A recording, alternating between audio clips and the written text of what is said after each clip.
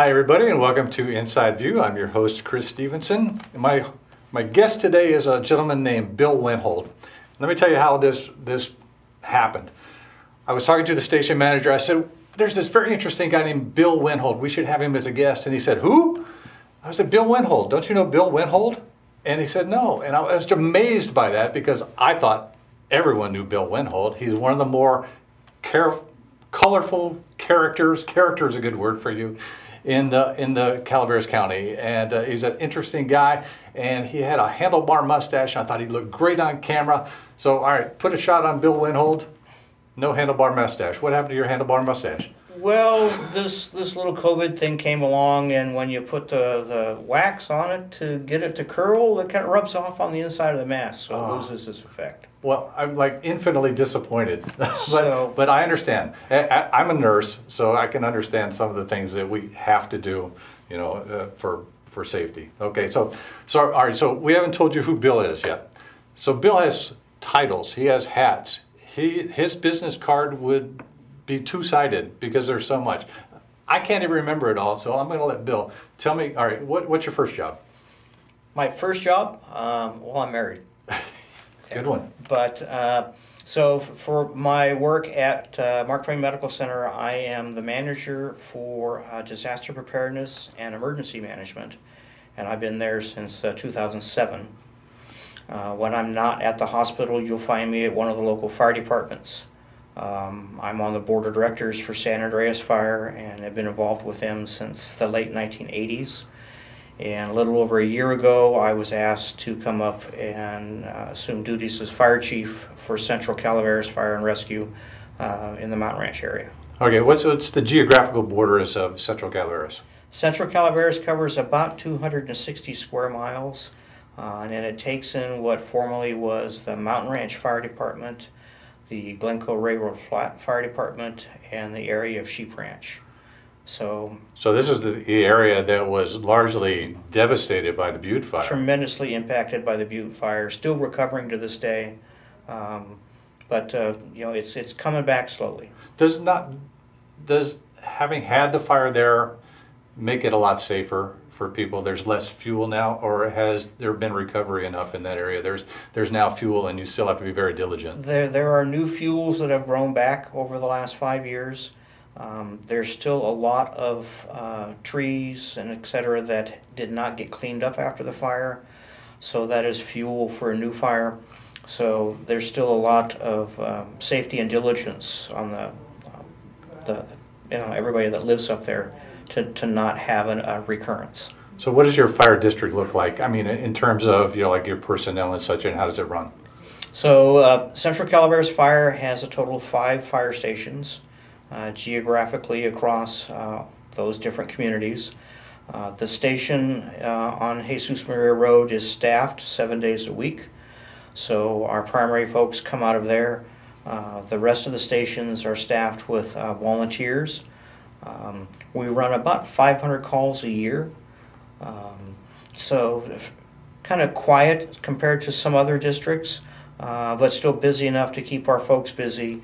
And a diversity of calls that, you know, everything's going to be a little bit different every time you go out. Yeah, I would imagine that not only fire is a focus of yours, but fire departments handle EMT and paramedic calls too. Is that part of your wheelhouse?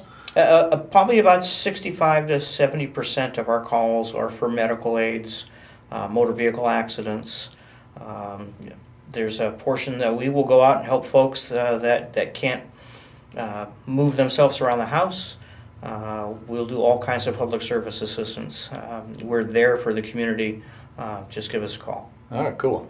So what are the challenges that you have as fire chief? What are the fires that you have to put out? No little pun there intended. Okay. No pun there. So the challenge today, there's a number of challenges. Funding is a challenge. You know, the price to do business as a fire department has gone up the same as any other business. So the price of new equipment, the price of fuel, the labor costs to make sure we have people covered, the protective equipment that we need to put on each firefighter, all of those have gone up substantially. And with the Butte fire, we lost a significant amount of the property taxes when we lost many people's homes. So that's been a challenge of maintaining the same level of service with less funding. Today's firefighters, that demographic has changed. A lot of folks joined the fire service to serve their community. They had some spare time to do that. Many folks today are working more than one job, or you have both people in the house working jobs, so they don't have the extra time to become a volunteer. So that impacts our workforce, is finding folks to staff the engines and get put through the training. Okay, go back for a moment to, you were talking about funding. And I know that on the ballot now and again there are measures that ask for some sort of, for lack of a better word, an impact fee to help out the fire departments. And in the past, these have not passed, have they? They have. Am I wrong? A number of them have not passed. There were several ballot issues this last year that the fire departments that sponsored them were able to show the community the value and the need, and the community supported those. Central Calaveras Fire has had a benefit assessment since the mid-2000s, but the dollar amount for that has not been adjusted for inflation, so that does not go as far as it did in 2008.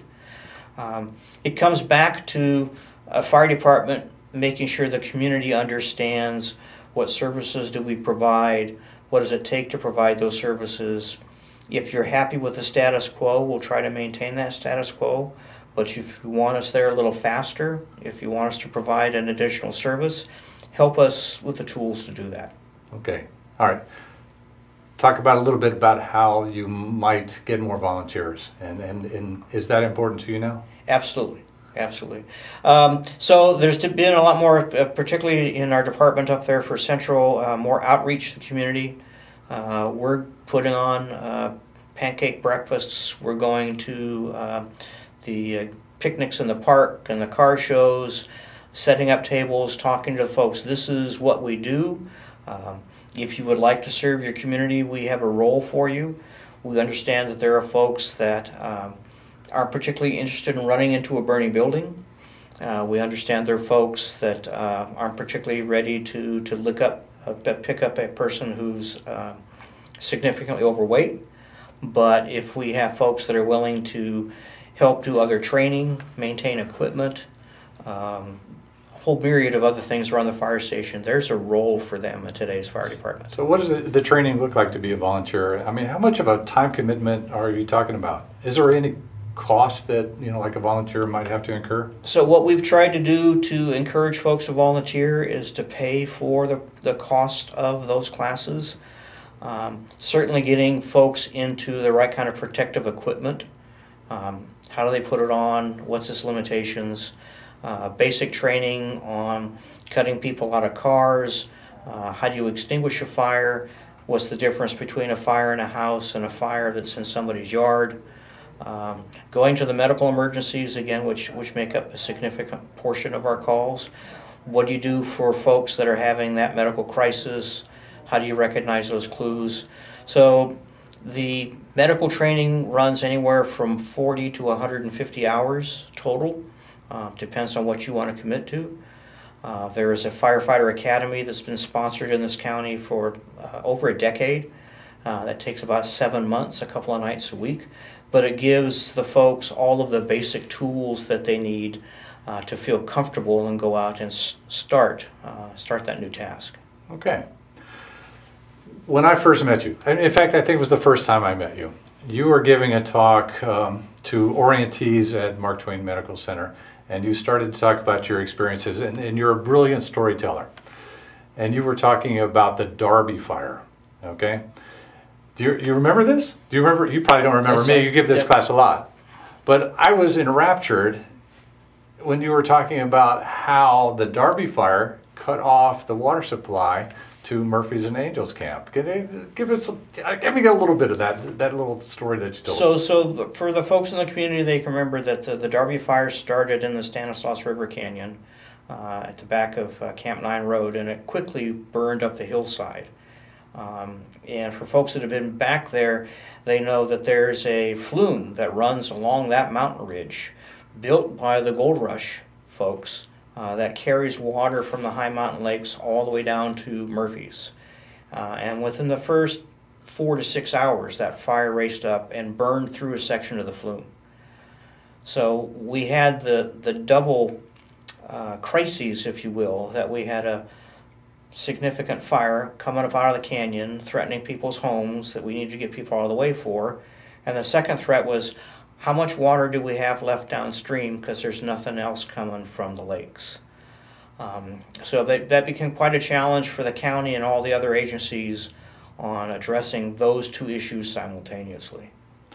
You talked at that time at length about the water problem, and Joel Metzger is also sat in that seat and talked about how what they did was that they hooked up a hose to whatever was remaining, and it just pumped that past the burned out area, and that gave a trickle of water at least to the area. So yeah, we bought a mile of fire hose and had it delivered up here, and then had the CAL FIRE crews cut line through the brush to lay this hose from the intact part of the flume back down to the part that wasn't burned, and then turned on the spigot. It wasn't a lot of water, but it was more than we had flowing before. That's true. Now, so I used to live in Forest Meadows, and I used to love to run along the flume, and I've done that recently, and it's amazing, but you can't really even tell that there was a Darby fire in that area anymore. It is growing back beautifully. It's growing back. You know, Mother Nature will do everything she can to recover the community. Sometimes it takes a little longer, and sometimes it actually grows back in a better shape than it was before. Does that depend on the intensity of the fire? Variety, intensity of the fire, the type of material that was burned, how rapidly folks got in and put out the fire before it destroyed a lot of the underbrush. So a variety of factors. Okay. So I have to ask you about one thing. The grand jury, the last grand jury that was assembled, which is tasked with investigating various things, various complaints, and making a report, they looked into the Central Calaveras Fire Rescue Protection District because of a complaint and I think the gist of it was that there was some commingling of funds that was inappropriate with the Elves. Does this predate you? Are you familiar with it? It predates me. I'm familiar with it. You know, I looked at all of the information. This was a project that was started soon after the Butte fire to assist the community in recovery. All right, that's what the Elves were. There was the Central California Fire Safety Elves, and what did they do?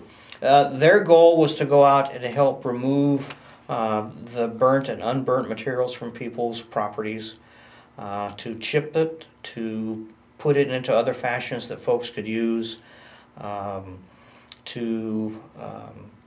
was probably the essence of it. So it was a good, worthy thing that they were doing. It was well intentioned. It had good organization at the start, because so many folks were so involved with other recovery efforts. The idea at the beginning was that the fire department was going to help manage and supply some of the staff for that. And as time went on, it became more difficult for the firefighters to have that dual role of responding to emergencies and doing this forest management project. So we didn't have the ability to maintain that workforce. So what was the gist of the complaint, and how was that resolved? So there were several sources of funding that were provided to help with that cleanup. Some of it went to the ELF program directly. Some of it went to the fire department to help support the ELF program. But it wasn't clear how all of those funds were supposed to be separated and accounted for. So, you know, there was some question whether or not all of that was spent as effectively as it could be. You know, if there was any funds left over, how did those monies get accounted for? So it just became here in the last year that it was not a viable program for us to continue. So we chose to kind of close the program, return some of the equipment that the county had purchased back to the county, and focus our efforts now on fire protection. So it's resolved. Yeah. And whatever complaint there may have been now has disappeared. As far as I'm concerned, as the fire chief, I think we have dealt with it effectively. We focused our efforts now on what I believe should be our first mission. If there are still folks that want to get more details, we'll be happy to share that information with them. And the grand jury report is out. They can read that and see if they're satisfied with their recommendation. Okay. All right, so your other position, your third position after being married is manager of emergency services at Mark Twain, and that's probably an abbreviated title. Okay, so what does that mean for your day? What are you doing? So hospitals are expected to be kind of the safety net for each community. So when something catastrophic is happening in a community, whether it's a fire or the power's out or we have a wide-scale illness, there's the expectation that we maintain the hospital as a safe place of refuge. We're able to care for our patients. We're able to care for our staff. We're able to keep the facility up and running and safe for folks to be there. That takes a team to do. That takes a lot of planning on how and where. As part of our licensing requirements, the state and Medicare require us to have detailed plans on what we're going to do in different scenarios. So those are reviewed by those agencies every couple of years to make sure we're keeping up with them. The other thing that looks all right, have you practiced any of these things that you put on paper? And where did you learn from those exercises? Mm-hmm. It sounds like a tremendous amount of paperwork, but it's more than that, isn't it? It's more than that, and this is where the fun part of my job, if you will, comes in, that a lot of things are memorialized on paper, but it's putting them to practical application. Yeah, that's good. Like you said, if there were, say, a worldwide pandemic, it might affect a hospital. A small hospital. Yes. So what does Mark Twain... Mark Twain has done a lot with regard to COVID. And my understanding is that you had a lot to do with the good things that came out of it. And I can give you one example. Doug Archer is the CEO of the hospital, calls you the squirrel.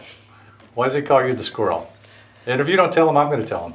So as this event started to unfold and the potential for this to get much larger than anybody had expected, he came to me and says, we're going to need a lot of materials to get us through this event. Like PPE? Like protective equipment for our employees, gloves and masks and face shields and fluid-resistant gowns. Where are we going to get this stuff? How long is it going to take to get here? How much is it going to cost? And I was able to share with him, we've had some other significant biological events in the past. We've been through swine flu and H1N1, and so we had put some stuff away after those events, just knowing that this is probably going to happen again. No different than you go out and refill the can of gas for your generator at home, because you're probably going to need to start that generator again. So I had done that over the years. And so when he came to me and says, where are we going to get this stuff? I said, I have a room. He said, you squirreled all that stuff away? I said, yes, I have hidden things here in my little nut caves for the last several years, knowing that we're probably going to need this again. Sorry, so there's the storytelling Bill Wennhold that I remember right there. Good job. So did Mark Twain run out of gloves? No. Did we run out of masks? No. Did we run out of gowns? No. Did we run out of anything? No. Well, that's beautiful. Congratulations. Yeah, I will take credit for some of the supplies we had, but it was teamwork on behalf of everybody on the team. Taking care of patients, preserving supplies, being realistic. So it wasn't just the squirrel's job. Yeah. I had a great team. That's great. Nicely said. Okay. Another nice thing that I know about you, interesting thing, is that you own not one, but 2 fire trucks. What's it like? That's like every boy's dream to own a fire truck. You own 2. How did that happen? 2. I got bit with the antique fire engine bug many years ago. I had the opportunity to buy many people know the band of REO Speedwagon, but that was actually a company that made heavy-duty trucks back in the early 20s. I did not know that. And, of course, REO Speedwagon has played at Ironstone They at least played a at couple of Ironstone. times. Yeah, so yes. I probably have the only REO Speedwagon fire truck that the dashboard was signed by the band. No. How did you do that? Did you drive it there? When they were here a number of years ago doing a concert at the casino in Jackson, we drove it to Jackson and the band came out and signed the fire truck for me. That's great. So very proud of that. One wasn't enough. I came across another fire truck that came out of Texas that needed some love and a new home, and my other half allowed me to buy it. She had no idea what I was getting until we went down and looked at it and says, "This is a lot bigger than I thought it was going to be. We're not going to be able to get this home on the car trailer." Wow. I said, "Don't worry about it. I'll call a friend." And so we have taken both of those to car shows and antique firemen's musters over the years and shared those things with a lot of other communities just to value where we came from in the fire service. Mm-hmm. Does it take a lot of maintenance? Huge. And, yeah, I can imagine. And are you able to keep up with that? Not as much as I would like to these days. Yeah. The old equipment wasn't built for speed, and it certainly wasn't built for fuel economy. What, are you trying to race them, like on the Bonneville salt flats or anything? No, but I mean, when you have a fire truck that burns, 4 gallons of gas per mile. Wow. As opposed to, 4 miles. Yeah. So if you were to just take it to, like, say, the Murphy's Irish Day Parade, I mean... I'd burn half a tank of gas just getting it from one end of the parade to the other. That's a lot of money, and nobody's giving you any... No. Nobody's giving you gas money, huh? But it's a huge amount of fun, and the smiles that you get from folks around seeing that kind of history has been preserved, I mean, that makes all the work worthwhile. Yeah. Now, if you were behind the wheel of a fire truck and you had a handlebar mustache and you had the cool fire chief hat, that's a pretty picture. Yeah. Yeah. All right, so you're going to have to work on that. I'm going to have to work on the curls again. All right.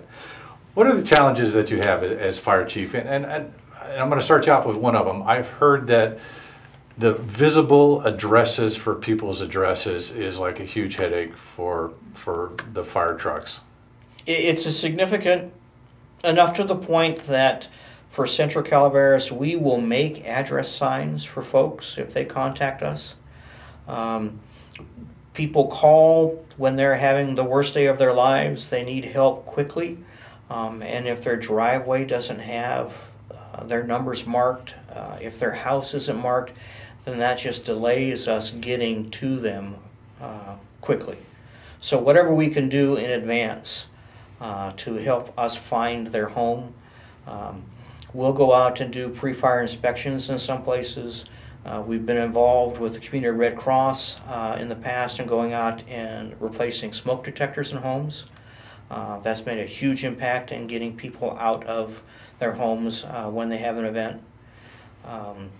Those are probably two things that help us to get there faster and help folks to get out of harm's way faster. Okay, you said that someone could call and you would help them. So what's your phone number? The fire station main number is 754-4330. That's a main station. It's staffed. However, our guys and gals are out doing other stuff. So if we're not there, leave a message on the machine and we will get back to you as quickly as we can. If you need immediate help, the magic number is always to call 911. 911. Okay. So what are other things that people can do to help, like, mitigate, fires, burning homes, or to help you with, like, I'm sure you have a lot of lift assists and medical issues and that sort of thing. Or is there something that you wish everyone knew so that it would help you? Keeping their access routes open for us to get in. Don't pile a lot of stuff right against the front door. leave the walkway clear so we can get in. If we're there on a medical aid, the ambulance has to bring their gurney into the room. So just think about the extra space that we need to get in and get people loaded up and on their way down to the hospital for care. Making sure that we have a place to turn our equipment around on your driveway. We don't want to back up over your mailbox. We don't want to do any damages. So having enough space around the home to get our equipment in and out safely. Folks hear the message all the time from the fire safe councils and CAL FIRE about having defensible space around their homes. So keeping the brush and the trees and the leaves trimmed back. 30 feet is the recommended number. 100 feet is even better. I would think that in the more remote areas, like Mountain Ranch and Glencoe, 100 feet would be the minimum that I would think of. Yes. If you want your house to survive with the help of the fire crews that might be able to come to your house, then you're going to need 100 feet all the way around, aren't you? So, and 100 feet is quite a distance. We understand that. Whatever you can do as a homeowner to clear as much material around your house as you can just gives us a better opportunity to protect your home. Yeah, it's a significant, obviously a very significant problem that we have here is the threat of fire and fire danger. And I can tell you that I live in Angels Camp, and I don't feel like I'm like next to a wooded area, and yet I have a bug out bag that's near my front door because I'm ready to go, and my wife is ready to go whenever we get that call to evacuate, because that's the threat that we live under. That's part of, so many people, myself included, moved up here for the beauty of the foothills. We're not asking you to cut down all of those nice trees and things around your home, but just be sensitive to give us an opportunity to protect you if something happens. Yeah. Do you think we're going to be moving more toward building our homes with non-combustible materials? I would hope. Are you seeing this? I would hope. The non-combustible materials have become better engineered. They become a little cheaper. There's no such thing as fireproofing your home, but if you don't have a wooden roof, that's going to improve your potential to survive a fire in your community. If you don't have other things around the outside of your home that are readily available to catch fire, that also gives you a better chance to survive. An example might be you would not stack your firewood up against your house. Please, yeah. Please we don't recommend that. But yet you see that all the time. Yeah. Yeah. All right.